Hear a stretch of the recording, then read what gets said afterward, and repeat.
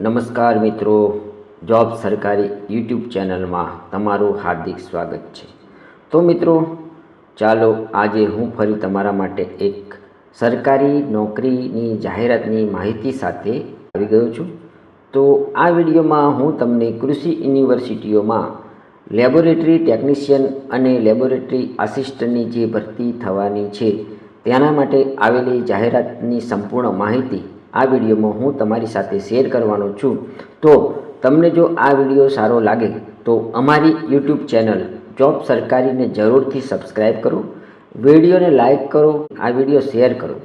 તો મિત્રો ચાલો જોઈએ આપણે આ જાહેરાતની સંપૂર્ણ માહિતી। તો ગુજરાત એગ્રીકલ્ચર યુનિવર્સિટીમાં લેબોરેટરી ટેકનિશિયન અને લેબોરેટરી આસિસ્ટન્ટની ભરતી 2025।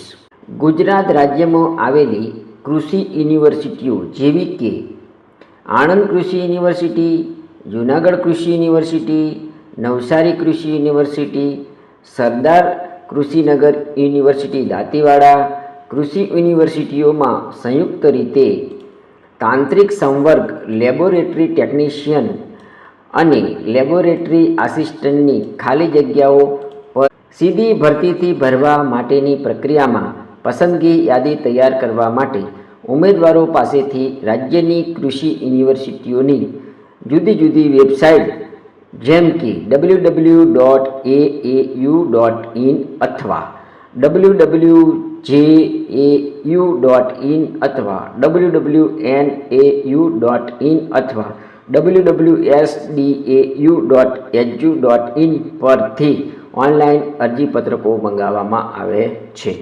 આ માટે ઉમેદવારોએ રાજ્યની 4 પૈકી કોઈ પણ એક કૃષિ યુનિવર્સિટીની વેબસાઇટ પર જઈ અને તારીખ 25/8/2025 થી તારીખ 20/9/2025 દરમિયાન ઓનલાઈન અરજી કરવાની રહેશે। અરજી કરવા માટેની વિગતવાર સૂચનાઓ સહિતની આ સામગ્રી જાહેરાત દરેક ઉમેદવારોએ પ્રથમ ધ્યાનથી વાંચવી જરૂરી છે।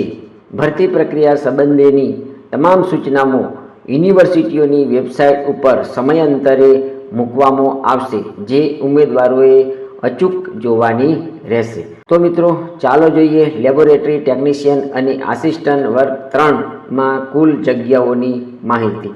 તો અહીંયા યુનિવર્સિટીઓ પ્રમાણે અલગ અલગ જગ્યાઓની માહિતી આપવામાં આવી છે તે જોઈએ। અહીંયા પ્રથમ જોઈએ તો આણંદ કૃષિ યુનિવર્સિટી આણંદ, તેમાં કુલ જગ્યાઓની વાત કરીએ તો 9 જગ્યા છે। જ્યારે જૂનાગઢ કૃષિ યુનિવર્સિટી જૂનાગઢમાં કુલ 7 જગ્યાઓ છે। જ્યારે નવસારી કૃષિ યુનિવર્સિટીમાં કુલ જગ્યાઓ 12 છે। જ્યારે સરદાર કૃષિનગર દાંતીવાડા કૃષિ યુનિવર્સિટીમાં 29 જગ્યાઓ છે। આ જ રીતના જોઈએ તો લેબોરેટરી આસિસ્ટન્ટ ખાલી નવસારી કૃષિ યુનિવર્સિટીમાં તેની 2 જગ્યાઓ આપવામાં આવેલી છે। હવે મિત્રો આપણે લેબોરેટરી ટેકનિશિયન અને આસિસ્ટન્ટની શૈક્ષણિક લાયકાતની વાત કરીશું। શૈક્ષણિક લાયકાતની અહીંયા વાત કરવામાં આવે તો 2nd ક્લાસ સાથે સ્નાતકની ડિગ્રી હોવી જોઈએ, જેમાં વિવિધ વિષયો જેવા કે agri biotech, agri microbiology, chemistry, biochemistry, home science, nutrition, food processing જેવા વિષયોની અંદર તમે 2nd ક્લાસ સાથે બેચલર ડિગ્રી ધરાવતા હોવા જોઈએ। આ ઉપરાંત ઉમેદવારી કરનાર પુરુષ અથવા મહિલાએ ગવર્મેન્ટ એપ્રુવલ લેબોરેટરી ટેકનિશિયનનો કોર્સ કરેલો હોવો જોઈએ। 3 નંબર ઉપર જોઈએ તો અહીંયા ડોયક દ્વારા CCCની પરીક્ષા પાસ અથવા ગવર્મેન્ટ દ્વારા એપ્રુવલ કોઈપણ સંસ્થામાંથી CCCની પરીક્ષા પાસ હોવા જોઈએ। હવે મિત્રો લેબોરેટરી ટેકનિશિયન અને આસિસ્ટન્ટ વર્ગ 3માં નેશનાલિટી શું હોવી જોઈએ? તો ઉમેદવાર ભારતનો નાગરિક હોવો જોઈએ અથવા ગુજરાત મુલ્કી સેવા વર્ગીકરણ અને ભરતી નિયમો 1967ના નિયમ 7ની જોગવાઈ મુજબની રાષ્ટ્રીયતા ધરાવતા હોવા જોઈએ। હવે મિત્રો લેબોરેટરી ટેકનિશિયન અને આસિસ્ટન્ટ વર્ગ 3માં વય મર્યાદા શું હોવી જોઈએ? તો અરજી કરવાની છેલ્લી તારીખે ઉમેદવારની ઉંમર 20 વર્ષથી ઓછી નહીં અને 35 વર્ષથી વધુ હોવી જોઈએ નહીં। જ્યારે સામાન્ય વર્ગ ની મહિલા ઉમેદવારો, અનામત વર્ગના પુરુષ તથા મહિલા ઉમેદવારો, માજી સૈનિકો, દિવ્યાંગ ઉમેદવારોને સરકારના નિયમ અનુસાર વય મર્યાદામાં છૂટછાટ મળવાપાત્ર રહેશે. હવે મિત્રો આગળ જોઈએ તો લેબોરેટરી ટેકનિશિયન અને આસિસ્ટન્ટની અંદર જે મિત્રોને નોકરી મળે છે તેવા મિત્રોને પગાર ધોરણ શું હશે? તો અહીંયા જે ઠરાવોની વાત કરવામાં આવી છે તે ન જોતા તેમને પ્રથમ 5 વર્ષ માટે પ્રતિ માસ 40,800ના ફિક્સ પગારમાં નિમણૂક આપવામાં આવશે. ઉમેદવાર 5 વર્ષના અંતે ઉમેદવારની સેવાઓ સંતોષકારક જણાયથી સંબંધિત કચેરીમાં જે તે સમયના સરકારશ્રીના નિયમ અનુસાર મળવાપાત્ર પગાર ધોરણમાં નિયમિત નિમણૂક મેળવવાને પાત્ર થશે. લેબોરેટરી ટેકનિશિયન આસિસ્ટન્ટમાં એક્ઝામની પેટર્ન એટલે કે એક્ઝામ પદ્ધતિ શું હશે? તો કૃષિ યુનિવર્સિટીઓ દ્વારા નિયત સમય મર્યાદામાં ઓનલાઈન મળેલ અરજીઓની પ્રાથમિક ચકાસણી કરીને લાયક ઉમેદવારોને રાજ્ય સરકારશ્રીના સામાન્ય વહીવટના મંજૂર કરવામાં આવેલી પરીક્ષા પદ્ધતિના નિયમો અનુસાર એક તબક્કામાં OMR અથવા CBRT પદ્ધતિથી સ્પર્ધાત્મક પરીક્ષા લેવામાં આવશે. આ પરીક્ષા પાર્ટ A અને પાર્ટ B એમ 2 ભાગમાં આવશે, જેનો અભ્યાસક્રમ પ્રમાણે છે. પાર્ટ A નો અભ્યાસક્રમ નીચે મુજબનો રહેશે. પહેલા નંબર ઉપર તાર્કિક કસોટી તથા ડેટા ઇન્ટરપ્રિટેશન 30 ગુણના હશે અને 30 માર્ક્સ હશે. જ્યારે બીજા નંબર ઉપર ગાણિતિક કસોટીઓના પ્રશ્નો હશે, જે 30 પ્રશ્નો હશે અને તેના 30 માર્ક્સ હશે. આમ પાર્ટ A ની અંદર કુલ 60 પ્રશ્ન અને 60 ગુણના હશે. હવે બીજા પાર્ટની વાત કરીએ તો પાર્ટ B ની અંદર પણ 2 પાર્ટ હશે. તેમાં એક નંબર ઉપર ભારતનું બંધારણ, વર્તમાન પ્રવાહ, ગુજરાતી અને અંગ્રેજી કોમ્પ્રિહેન્શનમાં પ્રશ્નો હશે. તે 30 પ્રશ્નો હશે અને તેના પણ 30 ગુણ હશે. 2 નંબર ઉપર જોઈએ તો સંબંધિત વિષય અને તેની ઉપયોગિતાને લગતા પ્રશ્નો 120 પ્રશ્ન હશે અને તેના પણ 120 માર્ક્સ હશે. તો સંબંધિત વિષય અને તેની ઉપયોગિતાને લગતા પ્રશ્નોની જે આપણે ચર્ચા કરીએ તો મિત્રો તમારી જે લાયકાત છે BSc એગ્રી કે જે કેમેસ્ટ્રી આ વિષયને લગતા અને લેબ ટેકનિશિયનના કોર્સને લગતા આ પ્રશ્નો પૂછાઈ શકે છે. હવે મિત્રો આગળ જોઈએ કે લેબોરેટરી ટેકનિશિયન અને આસિસ્ટન્ટ વર્ગ 3માં અરજી પત્રક ફી શું ભરવાની રહેશે? તો અહીંયા એક નંબર ઉપર જોઈએ તો બિન અનામત વર્ગના પુરુષ મહિલા ઉમેદવારો માટે ₹1000 વત્તા બેંક ટ્રાન્ઝેક્શન ચાર્જીસ સાથે ભરવાના રહેશે.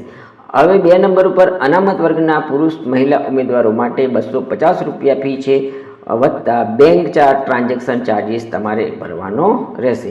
3 નંબર ઉપર દિવ્યાંગજન ઉમેદવારો માટે પણ ₹250 વત્તા બેંક ચાર્જીસ તમારે ભરવાનું રહેશે. 4 નંબરમાં માજી સૈનિક ઉમેદવારો માટે કોઈ ચાર્જીસ કે ફી ભરવાની થતી નથી.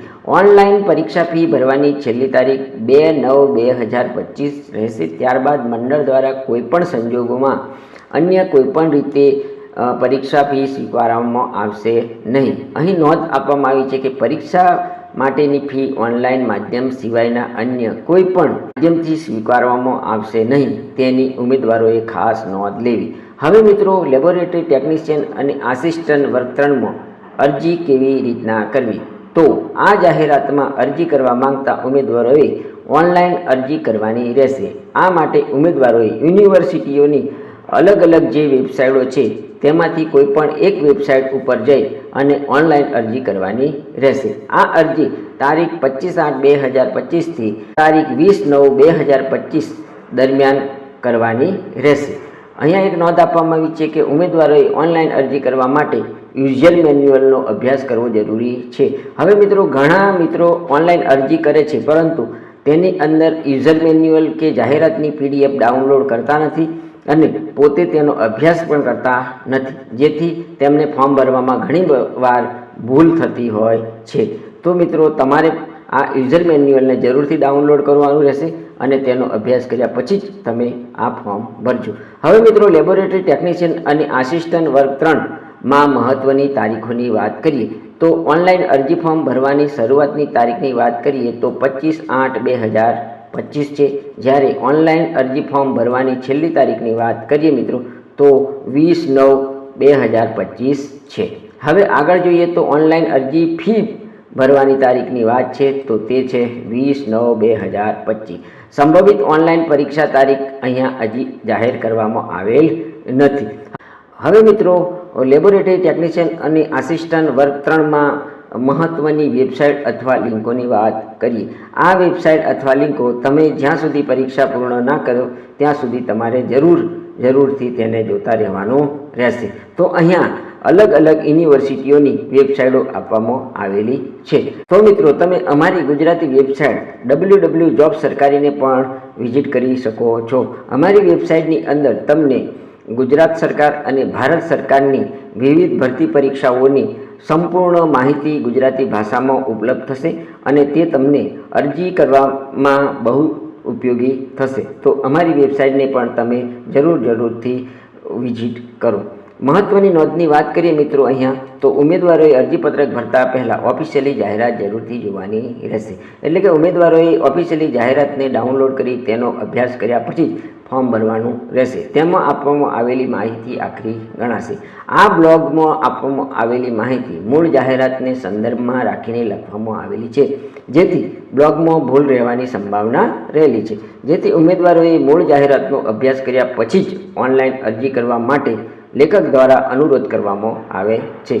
તો મિત્રો, આ વિડીયો આપણને કેવો લાગ્યો? જો વિડીયો સારો લાગ્યો હોય તો વિડીયોને લાઈક કરો, અમારા વિડીયોને શેર કરો અને જોબ સરકારી યુટ્યુબને સબસ્ક્રાઈબ કરો. આભાર, ધન્યવાદ.